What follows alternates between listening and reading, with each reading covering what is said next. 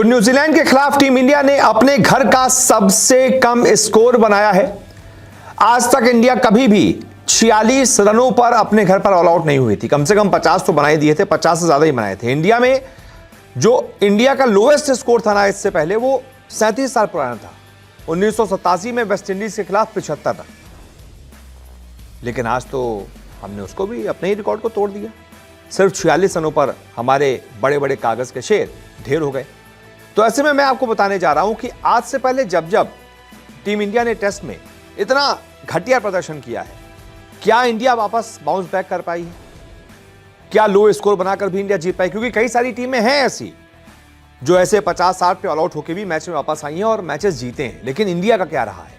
तो अपनी इस रिपोर्ट में मैं आपको बताऊंगा इंडिया के वो रिकॉर्ड्स जिसमें इंडिया ने सबसे कम स्कोर बनाया है, किस पारी में बनाया है, किसके खिलाफ बनाया है, और मैच का नतीजा उसके बाद क्या रहा है।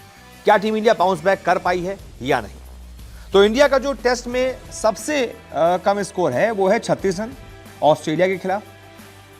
ये था एडिलेड में साल 2020 में, और ये तीसरी पारी में आया था। यानी कि पहली पारी इंडिया ने खेली थी, दूसरी पारी ऑस्ट्रेलिया ने, फिर तीसरी पारी इंडिया की थी। इंडिया की एक तरीके से दूसरी पारी थी, मैच की तीसरी पारी थी।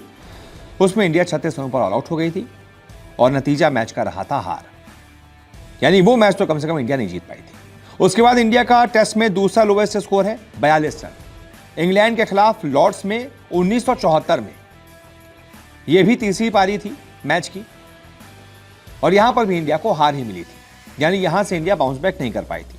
अब इसके बाद तीसरे नंबर पर आज का स्कोर है। यानी ये इतिहास का इंडिया का तीसरा सबसे घटिया प्रदर्शन है, और ये तो पहली ही पारी थी जिसमें हम न्यूजीलैंड के खिलाफ 46 रनों पर ऑल आउट हो गए। इसके बाद तो चौथे नंबर की आप स्कोर लाइन देख रहे हैं 58 रन्स। ये दूसरी पारी में हमने बनाए थे ऑस्ट्रेलिया के खिलाफ ब्रिस्बेन में 1947 में, बहुत साल पहले।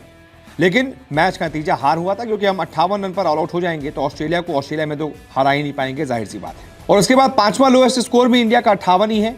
उस मैच में भी हार मिली थी, वो भी दूसरी ही पारी थी। लेकिन इस बार टीम दूसरी थी। टीम थी इंग्लैंड, साल था 1952 का, और इंग्लैंड के खिलाफ हमने दूसरी पारी में 58 बनाए थे।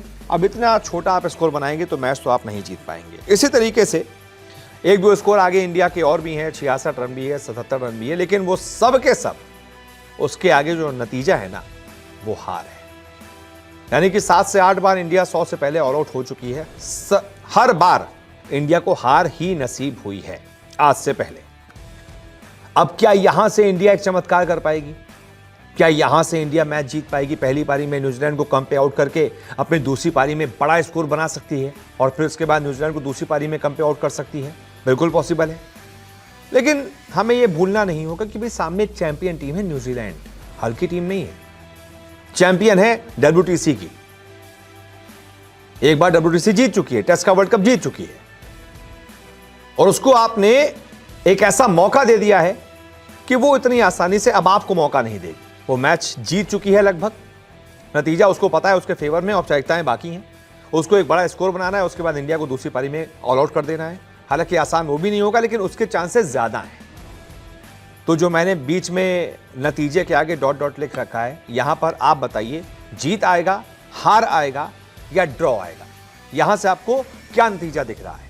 जो भी आपकी राय हो कमेंट करके बताइए। इस वीडियो को देखने के लिए बहुत बहुत शुक्रिया।